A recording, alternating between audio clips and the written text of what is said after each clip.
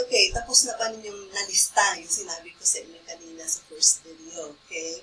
So, yung mga listahan nyo na yan, pwede nyong i-check yan kung mababanggit ko ba sa training ko, the whole training regarding attitude, yung mga nakikita yung traits, okay, as a leader, as a negosyante, as mayaman, okay? Kasi kung isa-isahin natin yan na sa training ko, ubusan tayo ng oras. Okay? Kaya ko lang inanong sa inyo yan, pinapalista sa inyo yan, para ma-realize nyo na, kasi minsan yun ang magpapagising sa atin eh, ay, hindi tamad. Okay? Ay, tamad pala ako, hindi ako gigising ng umaga, pagkatapos hindi ako pumunta sa school, sa office ng maaga, etc. So, marirealize mo yan habang sinusulat mo mga yan.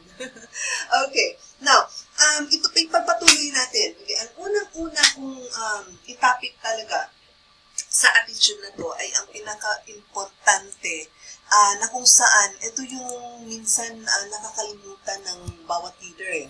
Kasi sabihin nilang, positive naman ako talaga eh. Hindi naman ako negative na tao. Open-minded naman ako talaga eh. Talaga namang akong, kumbaga kung ano yung mga binibigay sa akin o nakikita kong maganda, tinatanggap ko naman talaga. Open naman talaga ako eh. Tama? Okay, maraming mga taong ganyan. Ang akala nila positive sila pero yung pala hindi. Okay?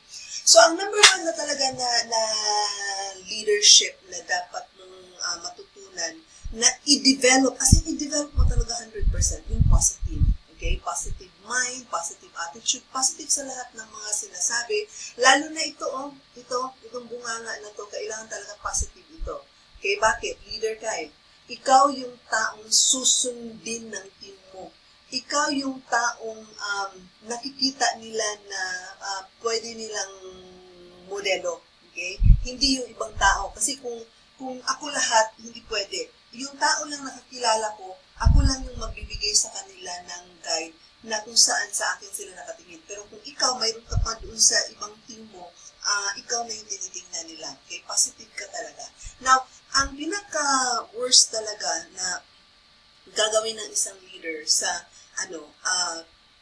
isang networking company or multi-level marketing company or direct selling company ay yung magli-lead ka ng negativity.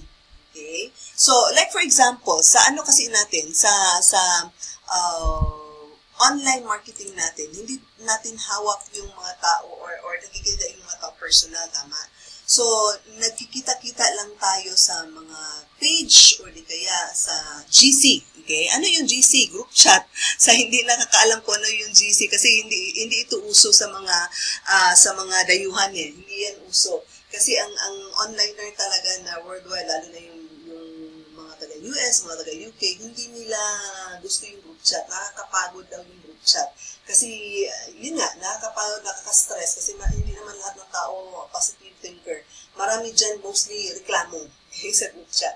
Kaya lang dahil bilang Pinoy, nauso sa atin yan, kaya mayroon tayong group chat. Kasi dyan natin makikita yung mga reklamo nila na kung saan doon din natin ma-handle yung mga reklamo nila na masosolve. Okay? Now, bilang leader, be careful. Leader ka. Okay? Be careful. Kailangan alam mo na yung group chat na yan ay hindi lahat members. Yung group chat na yan ay mga new timers yan, mga first timers. Hindi mo nga alam na bago talaga, as in baby siya sa networking eh, yung mga members na pinasok ng mga members mo dyan. Kaya careful talaga sa group chat. Kasi as a leader, dapat hindi ka nakikitaan ng negative, kahit katiting. Okay, the best sample talaga, yung isang grupo ng, nakalimutan ko talaga yung exact, detail na saan ko nakuha yan. Basta na-remember ko lang na may istorya na ganun, okay?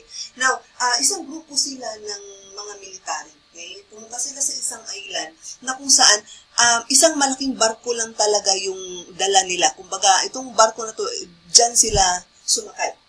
Now, pumunta sila sa isang island na kung saan nandito yung war eh. Nandito yung war. Now, nakikita nila na mas marami ang mga kontra nila dito kaysa sa number na dala nila. Okay? So, ang ginawa ng leader, kumbaga, nasa isipan niya na kaya nila to. kaya nila na talunin yung mga kalaban nila. So, ang ginawa niya, pinababa niya lahat yung mga kasamahan niya, tapos sinunog niya yung barko. Okay? Bakit niya sinunog yung barko? Kasi parang walang atrasan. Okay? No other choice kundi lumaban. Okay? So, eto, sinunog niya yung barko. Kaya natin to. Kumbaga, nilid niya yung mga tao, lahat positive, tinig niya lahat ng positive. Wala ni katiting na negative ang tinig niya doon sa mga tao. Sinabi niya, buhay niyo nakataya dito. Pag hindi kayo lalaban, mamamatay kayo. Okay? So, kaya kailangan talaga lahat ibuhos nila. Kasi ito lang yung tanging paraan. Yung kakayahan natin, yung dala nating mga armas, at katawan natin. Tayo lang. Ito lang yung kaya nating gamitin. Okay? Kaya natin labanan yan. To cut it short na lang para hindi mahaba. Napatay nila lahat. As in, panalo sila. Okay? Patay nila lahat yan. Panalo yung bandera nila. Okay? So, anong moral lesson sa ano na to? Anong moral lesson sa storya na to? Ang leader, dapat puro positive na ini-inject. Kasi meron tayong tinatawag na pituitary gland or subconscious mind eh. Yung sa subconscious mind natin, yan yung mas powerful kaysa conscious mind natin. Ibang topic na naman yung conscious subconscious na yan ha. Makapang topic din yan. Pero bigyan ko lang kayo ng idea bakit mas powerful to. Tulog tayo, di ba humihinga pa rin tayo? Tulog tayo, di ba nagpapampa rin yung heart natin? Tulog tayo, pero di ba gumagalaw pa rin yung ano natin? Kasi yung gumagalaw niyan, yung subconscious natin. Okay? Yung subconscious mind natin, yun yung mga nagko-control na dyan habang tulog ka. Ganun ka-powerful yung subconscious mind. Now, hindi mo lang alam na yung mga nangyayari sa buhay mo ngayon galing yun sa subconscious mind mo. Kaya lang ibang topic yun na kung saan ibang video yan. Ang gusto ko lang iparating sa inyo dahil sa storya na to, ini-inject ng leader doon sa subconscious mind ng team niya na kaya mo yan, mabubuhay tayo, kaya natin talunin sila, tayo ang mananalo. Okay? Ganun dapat. As a leader, wala ka dapat na i-inject sa kanila na negative. Mayroon lang konting mga, ay wala yung 2,000 ko, ay wala yung may nangyaring kakaiba. Okay? Ang gagawin mo agad, sa mismong group chat pa ha, ang gagawin mo agad, parang dinidepensahan mo, pinapakita mo sa kanila na, ay tama nga, hindi nga pwede ito, kailangan mali nga yung company, kung ganito na yan. So, ang nangyayari, nagkagulo tuloy yung mga tao. So, ang tamang leader ganito, kung ikaw ito, kung mayroon kang upline, at ikaw ito leader ka, mayroon kang team dyan, ang lahat ng sasabihin mo doon sa team mo, lahat positive. Pag may reklamo ka, doon ka sa upline mo, lahat naman nakukuha mong negative dito, doon mo ibigay sa upline mo yung negative. Don't ever let them feel na mayroon ka ring duda.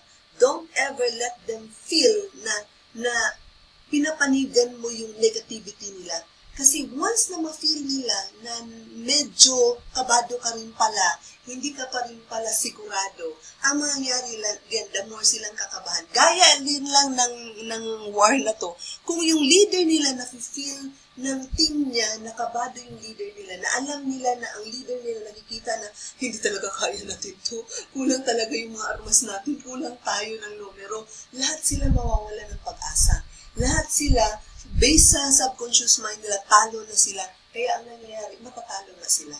Okay? So, ganun ang dapat mong gawin. Bilang leader, wag kang magbibigay ng negative feedback or negative man lang, nakapiting man lang na negative na mafe-feel ng grupo na nasa'yo. Kasi leader ka eh. Leader ka.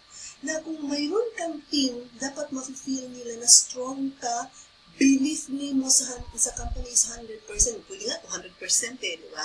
Kasi, iyon yung dapat makikita nila, mafe-feel nila. Kahit nakabado ka na, kahit takot ka na, kahit medyo may pagdududa ka na ng konti, kalma lang. Okay, kalma lang.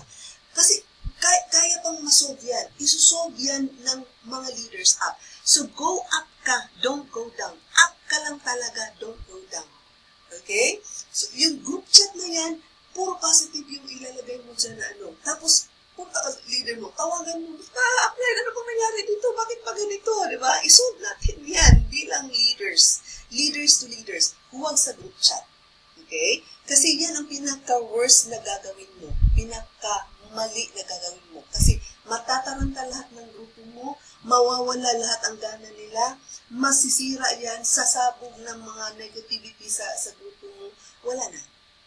Okay? So, kaya ang kailangan mo talaga, be strong. Ang unang-una mo talagang gawin is yung sarili mo muna. Be strong sa belief mo. Kaya na bago mo i-grab yung opportunity, dapat 100% yung tiwala mo sa company. 100% yung tiwala mo sa apply mo. 100% yung tiwala mo sa produkto mo. 100% dapat ang tiwala mo na kaya mo to. Huwag yung 99%. Kasi kahit na 99.99% yan, kulang pa rin yan. Dapat 100%. Okay? Now, kung ikaw, mayroon kang konting duda or konting nakikita na butas na pwedeng mangyaring negative sa company, try to solve it by yourself. Go apply, go to admin, go to the office, solve it first.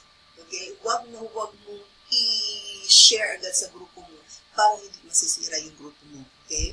Now ngayon, yun ba, imagine mo yan ha, yan palang topic na naman natin. Okay? Malapit na naman matapos. Okay? Now, talk about positive lahat sa team mo, lahat sa mga ang kailangan mo talagang gawin dito is show them your leadership. Show mo sa kanila lahat ng positive attitude na kaya mong ibigay sa kanila para sila ay titibay din.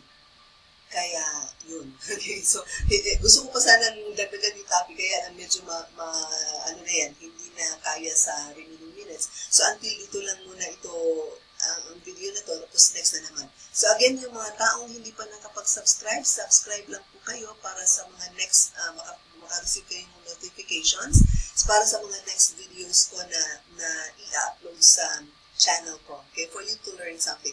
This is not only for my business, for my own online business. You can share this to your team kasi wala akong babanggitin na company dito. All you have to do is to share this to your team para matutunan nila ang right attitude to be successful. Okay? Na kung gusto mo naman na sundin yung mga programs na ginagawa ko online of which kumikita ako at matutulungan kitang